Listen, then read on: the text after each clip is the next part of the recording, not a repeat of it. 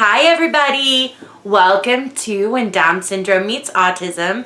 My name is Brandy, and if you'll forgive me, I'm moving a little slow today because somehow putting Dale on the bus this morning, I wrenched my back and I still can't hardly move. So I think I would feel a lot better if somebody would strap me to one of those medieval stretching machines and crank me out a few notches. So if anybody has the hookup on that, let me know. I would feel so much better.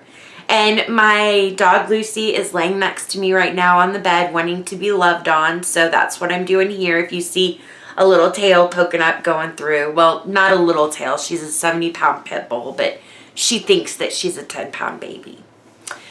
It occurred to me when I was going through some videos last night that I have never actually done a video on Dale and his capabilities and how that fits into our family and what life is like for us. I've done videos all around that and our story, but never actually explained that. So that's what I'm going to do today. And you'll have to forgive me. Sometimes it's a little difficult for me to talk about, and especially the things in the past. From the time that we started behavior therapy with Dale, our lives have completely changed. And I look back on the way that our lives were 6 or 7 years ago, and it's virtually unrecognizable to what they are now. So regardless of what happens, there's always changes and there's always helps out there. And you know, as cheesy as it sounds, I will always believe that everything happens for a reason. So my life divides very neatly into two separate sections. The before Dale time and the after Dale time. The before Dale time, I was a spoiled, rotten, pain in the ass, excuse my language, brat. And I made fun of people. I bullied people. If they did not live up to my very strict standards of appearance and social grooming and the way they acted, the way they looked, all of that stuff, then I would just be a jerk. So Dale comes along and every mother changes. Every woman changes when they have a child. And I think the things we've went through with Dale, it's totally changed me. And I don't think it's just growing up, but I don't even remember that person really. So Dale comes along, and one thing I've learned about him is he teaches everyone so much about life. And that child has taught me more about life and about love and about happiness than I could have ever taught him. So when Dale was born, he was very healthy. He was a big baby. He was beautiful. And he didn't have his first illness until he was about a year old. And that first illness, I absolutely panicked and took him to the emergency room and just freaked out, like probably any new mother does. So after that, he started getting sick more and more. And he started having some breathing problems. And he started having ear problems. And he started getting strep throat a lot. And his immunity took a nosedive. So before I knew it, we were in and out of the hospital with pneumonia. We were having to do round-the-clock breathing treatments. We were having to have tubes put in his ears. And things just kind of skated along like that for a long time. And what happened is Dale was very much on target for a child with Down syndrome. He was doing absolutely fantastically. And he was learning sign language. He was starting to speak a little bit. He was very with it. Whenever we were working with him, he was right there with us and he would pick up on things really quickly. One night, it's like he went to bed and woke up a totally different child. And that's what I hate about autism. Autism is like a thief. And it comes in the night and it steals your child and it replaces your child with a doppelganger that you don't even know. And I'm so sorry if that sounds harsh, but that's how I felt at first. It's like everything that Dale was doing just stopped. And not only did it stop, it went backwards. And it's like he wouldn't look us in the eye anymore. He didn't want us to touch him anymore. He wasn't communicating anymore. It's like he was locked in his own little world. And every once in a while, we'd see a glimpse of the little boy that I knew he was. And it was so scary. And this is where I kind of get emotional with things. But it was so scary because I blamed myself. And for years, I've blamed myself. And you think back on, oh my gosh, what did I do? Did I feed him something wrong? Was it a vaccination? Was it when I got on to him? Was it that fight that Kevin and I got into that one night where we were arguing loudly? Did it scare him? Was it something that bit him? Was it that ear infection? You just don't know. And you don't know, regardless of what all the doctors have told me over the years, I don't know that I didn't do something to cause this. And I know logically in my head that it doesn't make a difference now, but it's still something that's on my mind. And I'd wager a guess that a lot of mothers going through the same thing feel the same way I do. But regardless of how it happened or what happened, we started looking for ways to help. And what I found, especially in our state, is that from the age of birth to the age of 3, there's a fantastic program in place for children with developmental disabilities. And then for adults, there are fantastic programs in place to help. From the age of 3 to the age of 18, there's not a lot out there unless you seek it out yourself. So there is school, of course, and there is preschool, but you don't get the same intensive work there. So thankfully, our school district saw something in Dale and suggested that we send him to our local state school, which is a school specifically for children with developmental disabilities, and they work intensively with those children.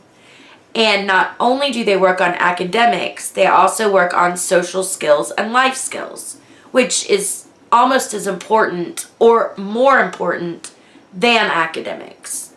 So at first I was a little leery of the state school because I thought cells and straitjackets. That was my first thought. And our local school said, before you make any judgments, go and take a look at it. So I did that, and I walked in, and the minute I saw the way the teachers were working with the kids, I was sold. So Dale started school there, and around that same time, we got diagnosed with autism. And I was one of those moms that didn't want to medicate at first because I was afraid that Dale was going to be a zombie. And we had gotten to the point that we had to do something because he wasn't sleeping. He was having horrific meltdowns, and he was starting to get violent. And honestly, I would look at him at times and I would think to myself, what happened to my sweet little boy? And it was just heartbreaking because we couldn't get through to him. So we went to the Thompson Center for Autism, which is in Columbia, Missouri, and saw a fantastic physician that's since retired, and she suggested starting some medication. We started the medication, and Dale slept all night long for the first time in years. And it was just amazing. I felt, with the diagnosis, I felt like this gigantic weight had been lifted off my chest because somebody knew what we were going through and somebody was going to help us. And that was just an amazing feeling.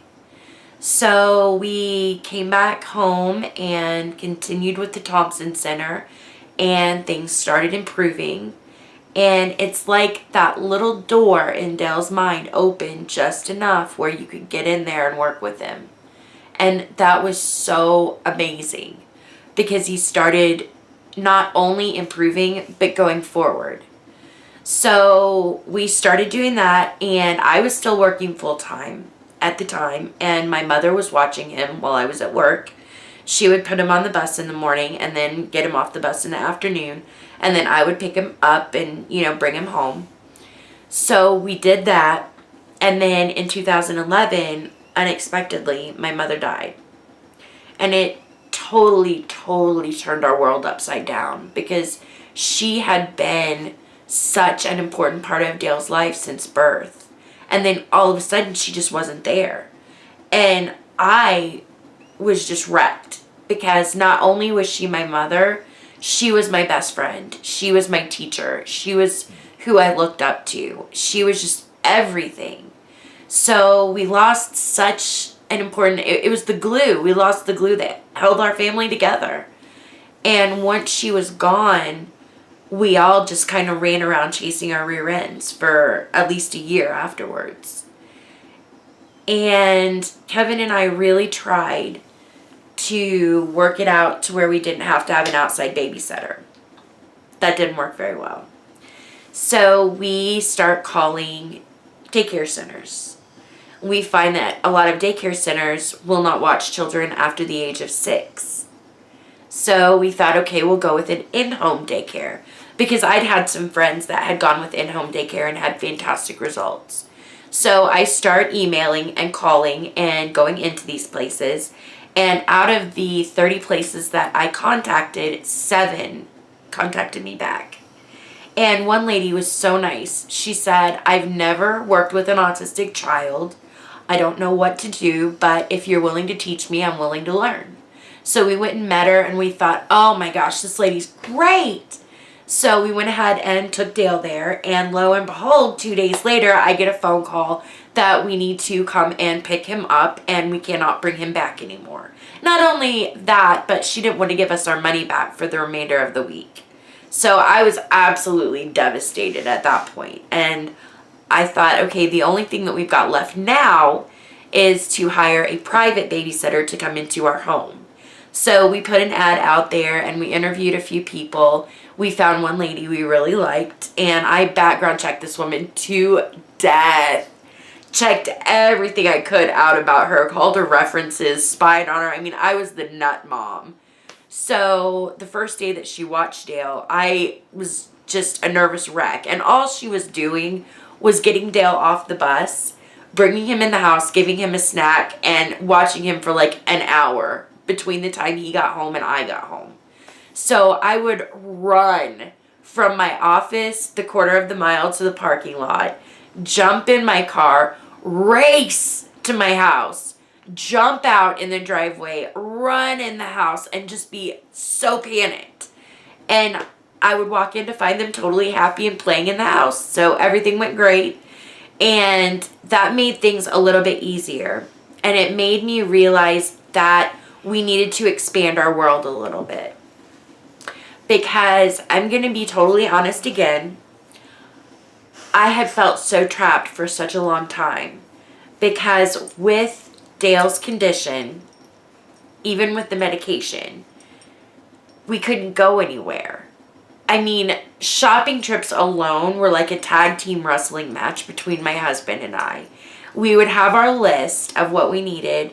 We would go into the supermarket and we would run as hard as we could. And Kevin would say, okay, boom, I'll get milk and yogurt. Boom, you get soda and laundry soap. Break. And we'd run in different directions. One of us toting Dale along behind us, and we'd grab what we needed. We'd throw it in the cart and we'd get out of there. Hopefully before a meltdown or something bad happened. There was one time in the Coach store in Branson when I decided to try to go shopping with some of my friends that he destroyed about $600 worth of merchandise. There was another time in Walmart close to our house, he destroyed $500 worth of liquor. So, you know, it just wasn't worth it to have the other people whispering and the stares and the people laughing at us, because people can just be so rude and hateful. On top of that, we had some really bad experiences going out to dinner where people would say, oh, you need to control your child, and just horrible things. People would stare, people would point and laugh, people would say we didn't need to go out because Dale just couldn't do it at that point. He would just absolutely panic and freak out, and I think the unknown combined with everything else was just too much for him. So we didn't do anything. We stayed at home. Dale would get on the bus in the morning and go to school, and then he would come home in the afternoon and we would stay home. We would go walk around the neighborhood. We would play in the kiddie pool out behind our house. We would do things like that, but we wouldn't go anywhere. And I know if I felt trapped, he had to feel incredibly trapped. So we sought help. And that is when I spoke with a lady that I worked with that had a 15-year-old son who unfortunately had passed away. And she said what we needed to do was find a coordinator. And a coordinator is basically somebody who works with the regional department in our state and helps find resources and helps make our life a little bit easier. And I had somehow equated that with charity whenever I first heard about it. And I thought, oh my gosh, I don't want to do that. I want to handle everything by myself. So I didn't do it. And it was something obviously we should have done. So that same day, I called the regional center and got us hooked up with the coordinator. And the next day, we went up there and we filled out all the paperwork. We went through all the interviews. And we found out that there's like a score system. And the higher your score, the more services are needed immediately. The more, crazy and the more in need your situation is. And we scored really high at that point. I think telling them that we hadn't had, a date night between my husband and I in like 7 years was one of them. And that we couldn't, go to the supermarket without fearing that he was going to run away and get hit by a car or something. So it was just, he was out of control at that point. And I didn't know how to take control. And Kevin didn't know how to take control. And what we were doing was obviously not working. So this video is getting a little long. And Dale's fixing to get off the bus and come home. So I'm going to stop it right here. And I will do a part 2 with the wonderful transformation of what happened with our coordinator and afterwards. So keep in mind things get a lot better after this. So don't settle on the bad stuff. And I hope that you have a wonderful day. And thank you so much for listening to me gripe about my life. I'll see you soon. Bye-bye.